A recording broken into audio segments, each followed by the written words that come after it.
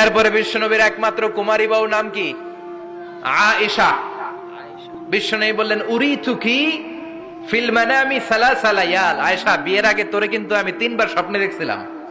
সুবহানাল্লাহ কইবেন না? বড্ড খুশি হয়ে গেলেন আয়েশা। এরপরে বললেন 3 বার স্বপ্ন দেখার পরে তোমার ব্যাপারে মনের মধ্যে কেমন কেমন যেন ভালো লাগে। তারপরে একটা ছোট্ট কাগজের মধ্যে, জান্নাতি কাগজ, রেশমি কাপড়ের মধ্যে তোমার চেহারাটা এনে জিব্রাইল বললেন দেখেন নবী কেমন লাগে। আমি কইলাম ভালো লাগে। কার মেয়ে? আপনার বন্ধু আবু বকরের মেয়ে, বিয়ে করবেন নাকি?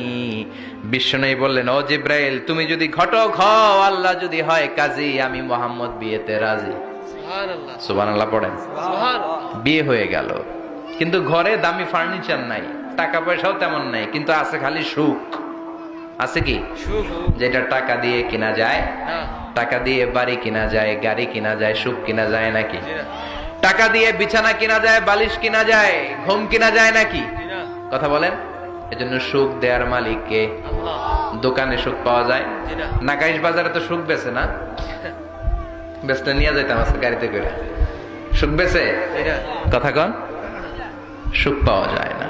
সুখ দেয়ার মালিক একজন, তিনি কে? আল্লাহ। মা আয়েশা একমাত্র কুমারী বউ, আদর করে তিনি ডাকতেন হুমায়রা, আবার মাঝে মাঝে ডাকতেন ইয়া আইশু। আয়েশা না, আয়েশু, সংক্ষেপ। এত ভালোবাসতেন মা আয়েশাকে।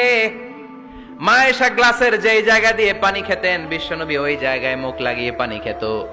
মা আয়েশা গোশতকে হাড্ডি ফেলে দিলে বিশ্বনবী ওই হাড্ডিটা নিয়ে চষতে শুরু করে দিত। সুবহানাল্লাহ। এক বালতি থেকে পানি নিয়ে দুইজনে গোসল করত। আবার বিশ্বনবীর সাথে সাথে মাঝে মাঝে বায়না ধরতো, মাঝে মাঝে রাগও করতো। সুবহানাল্লাহ কোন? স্বামী স্ত্রীর মধ্যে একটু রাগ আছে না নাই? রাগ থাকলে ওইটারে আবার ভালোবাসায় পরিণত করে দেয় কে? রাগ না থাকলে ভালোবাসা তো ভালোবাসাই না। রাগ থাকতেই হবে, তাইলেই ভালোবাসার মর্ম বোঝা যায়। চিল্লায় বলেন ঠিক কিনা? ক্ষুধা না থাকলে খাবারের মর্যাদা বোঝা যায় না। সারাদিন পেট ভরা, খাওয়ার মজা বুঝবেন?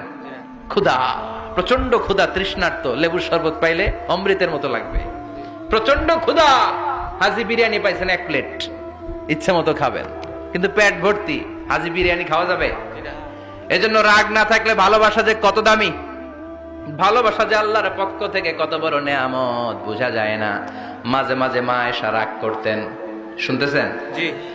বিশ্বনবী বলেন আয়েশা, কখন তুমি রাগ করো, কখন তুমি আমারে ভালোবাসো আমি বুঝি। সুবহানাল্লাহ পড়েন। মা আয়েশা বললেন কেমনে বোঝেন? বিশ্বনবী বললেন যখন তুমি রাগ করো তখন নামাজের পরে দোয়ার মধ্যে বলো, ও ইব্রাহিম আলাইহিস সালামের আল্লাহ, আপনি আমার উপর দয়া করেন। তার মানে তুমি রাগ করে আছো, আমার নাম নাও নাই। আর যখন আমার উপর খুশি থাকো নামাজের পরে দোয়াতে বলো, মুহাম্মদ সাল্লাল্লাহু আলাইহি ওয়াসাল্লামের আল্লাহ, আপনি আমাদের উপর রহমত করেন। তার মানে খুশির সময় তুমি আমার নাম নাও, রেগে গেলে অন্য নবী দেয়া দোয়া সাইরা দাও। রেগে গেলে আমার নামটা নাও না। মা আয়েশা বলে নবী গো, আমি তো শুধু নামটাই মুখ দিয়ে নেই না, কিন্তু কলিজা থেকে তো আপনারে বাদ দিতে পারি না। আল্লাহু আকবার।